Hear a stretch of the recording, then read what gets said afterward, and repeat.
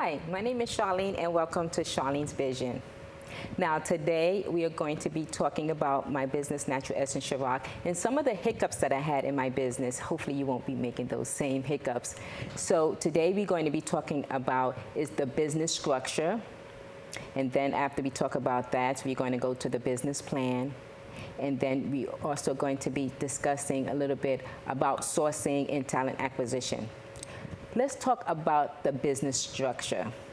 Now, when I started my business, I had no clue what the business structure was. There are so many business structures out there, and you just get so confused. So I was just scanning through some of them, and I see sole proprietorship. I was like, okay, I have my business, I'm the only person, so look like sole proprietorship works for me, right? So what is sole proprietorship? It's definitely, you're the owner, you do the daily operations, and you definitely do no shareholders you need to answer to, and that's usually the sole proprietorship, right? But one thing that's about the sole proprietorship, there's no liability. If something happens, they can come after you for your assets. Now, let's look at sole proprietorship. If vendors, if you have anyone that is going to be investing, they're not going to look at sole proprietorship because investors, they want to make money, right? They want to increase money, and with sole proprietorship, that's usually not going to happen. If you want to have it down to your kids, usually if you do business as, maybe, but usually it's going to be hard for you to transfer that down to your kids. So sole proprietorship will not work for that as well. And look at it, if you actually want to go for a loan, like the CBA loan, I actually applied but just did not accept it. They offered $1,000. So they don't give substantial amount of money for the sole proprietorship as well. And also, I actually noticed that you don't even need an EIN number. That's right, you don't really need that because everything goes under your Social Security number. Let's just say when you do your taxes, you may have a job like me with my business, I still had to work, right? And that's most people. When they start their business, they still have to work. So everything actually went under my 1040 form. And then you fill out a Schedule C form. So there's 2 forms that needs to be filled out when you do the sole proprietorship, and it's usually under your Social Security number. Yeah, you do get a 20% tax break. There has something came out in 2017. It's the Job Act, and you get a 20% of your proprietorship if you do have that one. That's another advantage, but there's so many disadvantages. Even if you wanted to take out a loan for your sole proprietorship, it usually does not work that way. So proprietorship is good for some things, though. It's there for a reason, right? Of course it is. So it's actually there for someone, let's just say, like an artist, like my son, he draws. If you go into an event and you're drawing art for kids, yeah. What's the liability if someone is going to sue you for that, right? So it's less limit risk that you have when you do sole proprietorship, and that usually no one is going to sue you. Another example is if you want to mow the lawn at the community, people in your neighborhood, you cutting their grass. Yeah, making a couple of bucks, stuff like that. You're not really making substantial growth in your company. You're just doing something on the side. That's why you get all those tax breaks. That's when sole proprietorship works for you. And it does work, but since I have Natural Essence, I apply oil on my skin. Somebody can get a rash. They can come after my assets. Yes, they can come after all of my assets. So if you own a house, they could come after your house, especially with sole proprietorship. So I didn't do my due diligence. I did not look into it thorough like I should, and I just just said, oh, let me just apply and just do sole proprietorship. And then I realized down the road it was not the one for Ciroc Enterprises. So I actually had to. You can just transfer it over, so you have to start from square one and close your business down. Yes, close the business down. And restart the business again. It was frustrating, but it was worth it, right? So now I chose the LLC. And like I said, there's many out there. The LLC might work for you, the LLC might not, but it worked for me. You have liability, right? So if something happens, if someone apply oil and they get a rash or something happens, they can sue the business, not me, right? That is a good relief, right? I can sleep at night now. However, one thing when you have to do the LLC, there is the operation agreement you have to fill out. You have to file papers to the state. There's more paperwork to be done versus the sole proprietorship. You really don't have that much paperwork. So that's another thing. But it's really good to have it because it protects you. However, when you read that operating agreement, remember, and this is all of them as well, if you're doing something unethical practice, they still can go after you. So don't think, oh, I have LLC, if something happens, they're going after the company. No. If it's unethical practice, LLC would not cover you. It would definitely, they can still go after your personal assets. So you need to be careful and look out for that. And LLC definitely has a lot of other great benefits as well. But a lot of people just focusing a lot on the protection of not being sued, but then the medical piece as well is in there. But they have a lot of different advantages and also disadvantages. So right now I am with the LLC, and I think that's great for me. So LLC may be great for you, so proprietorship may be great for you. However, you really need to just do your due diligence and look and see what is best for your company. Okay, so after that, that is the business structure. Next, I'm going to be talking about the business plan. Everyone needs a business plan. Regardless if you're providing a service, retail, you need a business plan. Everyone is excited. They have a business, and it's like, oh, I just want to get started. But you need your business plan, right? So there are some business templates that you can download. And what I suggest is that you download more than one so you can just differentiate to see which one works better for you. You want to make sure you cover everything, and that's what I did. And that's one thing I do like, and that's one thing I am really good at in my business, is just trying to look at everything in the business and making sure I cover all aspects of the business. Now, all business plans, what they start with. Every business plan has a mission, right? There's a mission, that's why you're in business. Like, for instance, my mission is making sure everyone is promoted and aware of skincare, making sure they have applying natural products on their skin. It doesn't have to be my product, it's just long as it's something natural. That is my mission. They also going to be a vision. Vision is something, other people have, like cure world hunger. Mine is pretty simple as well. It's just all nationalities, making sure everyone has great skin. Doesn't matter of the age, nationality, it's just the vision. Then after the vision, then it's going to be something that's called like the values. You want to have your integrity, honesty, and making sure you cover those core values of your business. And then you want something like a strategic plan objective, right? And this is in detail. You cannot skip around with this. This part is very important as well. You want to make sure you have complete everything on that and making sure that is completed. Now, after that, all of the business plans should have something that's called like a SWOT. SWOT, the SWOT. The strengths of the business, what strengths you have. You definitely have some competencies, right? Someone should know something about the business or you wouldn't be in business, right? And also, so you can put things for that, placing that for SWOT. So you have your SWOT. Then after the SWOT, you have what? Your weaknesses, right? Yeah, when you start your business, your weaknesses is going to be, you're going to have a lot of weaknesses because you're just starting. But your goal is to move a lot of your weaknesses to your strengths, right? You want more strengths than weaknesses. The less weaknesses you have, the better you are. So those are the internals. Now we have the opportunities. That's part of the SWOT, right? Opportunities, there's always going to be some opportunities that's external, and that helps you with your business as well. One opportunity can be, for example, if you location, right? I know you heard of that. So that could be an opportunity, knowing that your location is what's going to drive and bring traffic to your business.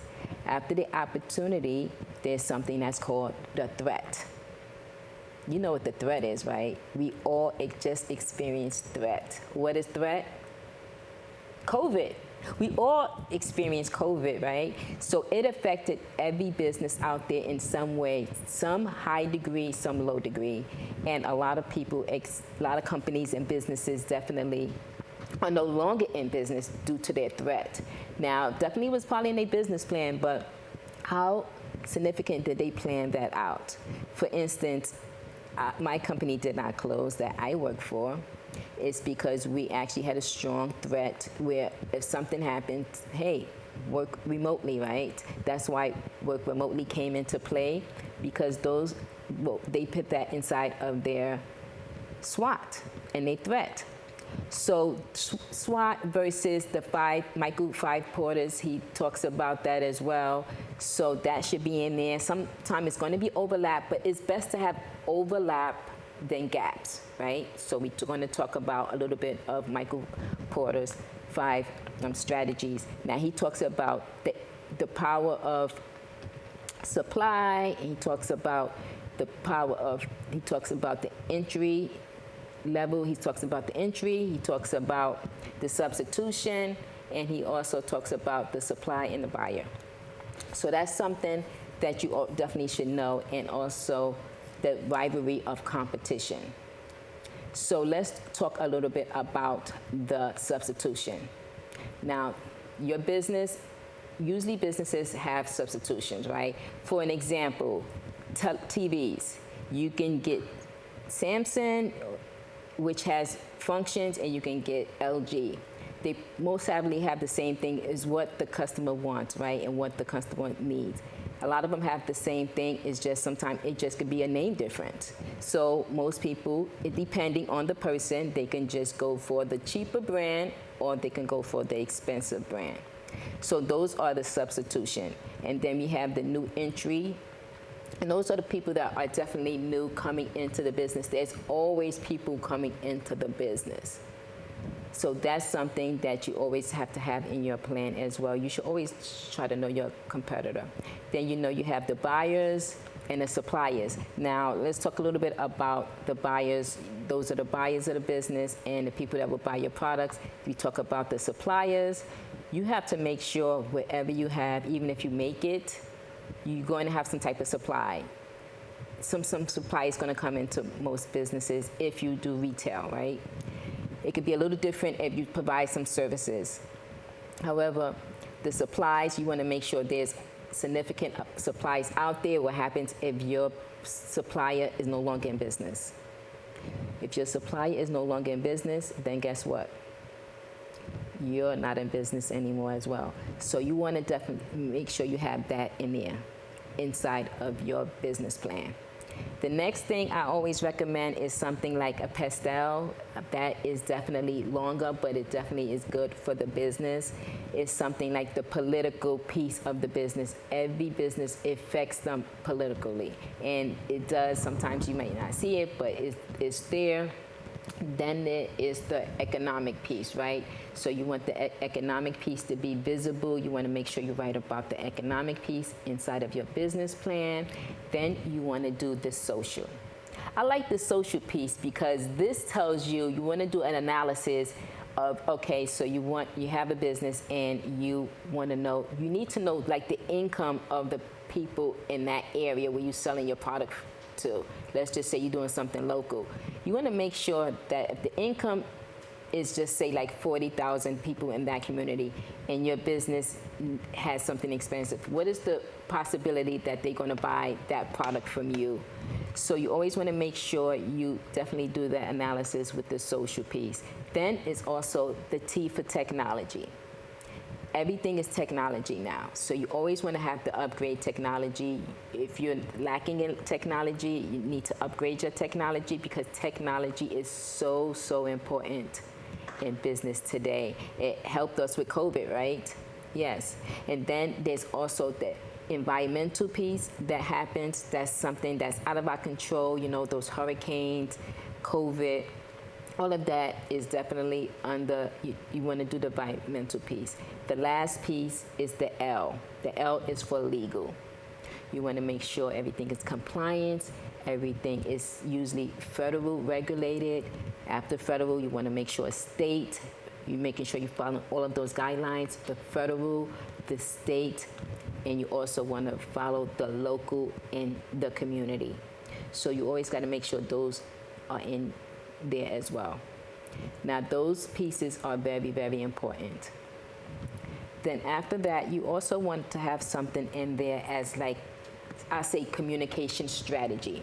Communication strategy is so important because sometimes when you're dealing with, just say your supplier might not be there when you want them to be, right? And to give you an example, like when I had my business, Natural West in Chirac, my supplier, 3 hours difference, and so it took them longer for them to contact me, and I needed something like, just say, and you want to miss those, like it's Christmas time, you want to make sure you have enough product, you want to make sure you have everything you need, and if you need something, you always got to think about your communication and making sure they are definitely on the same page as you. You want to make sure, I know I had a lot of problems with my communication piece is sometimes they can speak different languages. I actually had someone did my graphics and they really did not understand because English was not their first language. And of course, why did I go with them? Because they were good, but they were good and they were cheap. So those were the 2 reasons I went with them. And I am glad I went with them, but I had to do something like a diagram because guess what? Communication could be different, but a smile is always a smile, and a diagram, they can see more of a picture and they can understand more of a picture. A picture is worth 1,000 words. You heard that, right? And it is. So even in my case, I actually had something where I actually had to draw a diagram and just to make sure it was what I wanted for my business. And that actually helped out for that piece.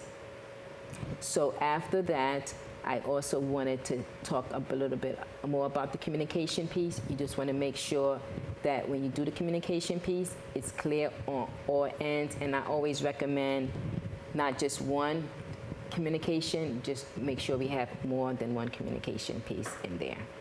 So that's something that's really good when you start your business. The next thing we cannot forget is definitely the marketing piece. The marketing piece is really important as well. The marketing, you want to make sure everyone definitely markets on social media, right? We all know that. And that's the new, however, I actually did that, but I also went back old school. You also, like the postal services, they have some great programs out there where you can just buy bulk of stuff and you can just do it manually again. Sometimes people do not check email. You're sending all these blasts out, you're doing these great newsletters, and who is definitely reading them? They probably being read and they probably not being read, right? So those are the chances we are taking. However, if you are doing something like mailing, people do check their mail. They might take a glance at it, they might not see it for long, however, they are definitely checking their mail. So something like that, I went with my business. And so you want diversity. You want to say, okay, I want to do this, but I want to do this just in case. Marketing is what's going to eat up a lot of the money because technically with the marketing piece, you're going to definitely need that marketing, and then that's where a lot of the money is going to be eat up in the marketing piece of that. So you just want to just make sure about the marketing piece, right? So the next thing is definitely knowing about the communication. Now I want to talk to you about something that I actually learned. There is something that's called Ocean Red and Red Ocean. Blue Ocean and Red Ocean, that's what it's called. So what is Blue Ocean and Red Ocean? This is like you always got to do your due diligence, you always got to read, you always got to find out what's new. So Blue Ocean is considered something like there is a limit of something. For instance, the iPhone. The iPhone is something that's considered Blue Ocean because it's hard for someone to do your product. It's like, oh my goodness, it's hard. So a lot of the blue oceans, those are the ones that make a lot of money because a lot of people are not into the blue ocean because they don't have that technology, they don't have that competency to do the blue ocean. Red ocean, however, for instance, my oil, there are tons of coconut oil out there, and so it's like I'm in the blue ocean. They don't buy my product, they can buy how many more? Maybe 100 different blue oceans out there. So that is something that I learned that I also wanted to tell you about. There's always something that if they can't get it from you, they can get it from someone else, and that's just a term of blue ocean as well. So I wanted to talk to you about that. And I also want you to also look at other successful companies. For example, IKEA. IKEA is so great. Why IKEA has been doing so successfully great is because they strategized their business plan and they took out a piece that other companies that has furniture still have in their piece. So and when you take out a piece, and I'm not just saying take out a piece that's important, so you want to take out a piece that, okay, is still good quality. So when they strategize their business plan, they took out a piece where you do not have to, they do not assess it for you. You actually have to assemble it. So it's not assembled. You take it home and you assemble it yourself. But they cut out a big chunk cost, and that's why they can give it to you for a cheap price. That's one thing IKEA did that was awesome. So you look at other companies that's doing successfully and you want to just follow, okay, this is what they're doing, this is what I need to do as well. Now, definitely when you have a company like my business, you're going to need help. You're not going to be competency in everything. So I just wanted to let you know that is definitely. But if you have any other questions about that, you can definitely contact me. My information is at the bottom of the screen. And that is definitely something that you probably definitely should know about, is the blue ocean versus the red ocean and following other plans. Now, the other thing is going to be sourcing. You're going to be sourcing. You're going to be looking for someone to help you with their business because, like I said, competency. There's a lot of resources out there. Fiverr is one. There's a lot of cheap resources out there. People just trying to get their feet wet, and they are very talented. So there's definitely a lot of that as well. So if you want any information on that, if you need any other additional information, you can just contact me, and if I have the answer to those questions, I will give it to you. I want to just say also, I want to say thank you for watching Charlenes Vision, and I am here for you, and I am here to make sure that you do not have the same hiccups I had in my business. You may have some other hiccups, but at least you don't want to have Charlene hiccups, okay? So I want to say thank you again for watching Charlenes Vision. Have a great day.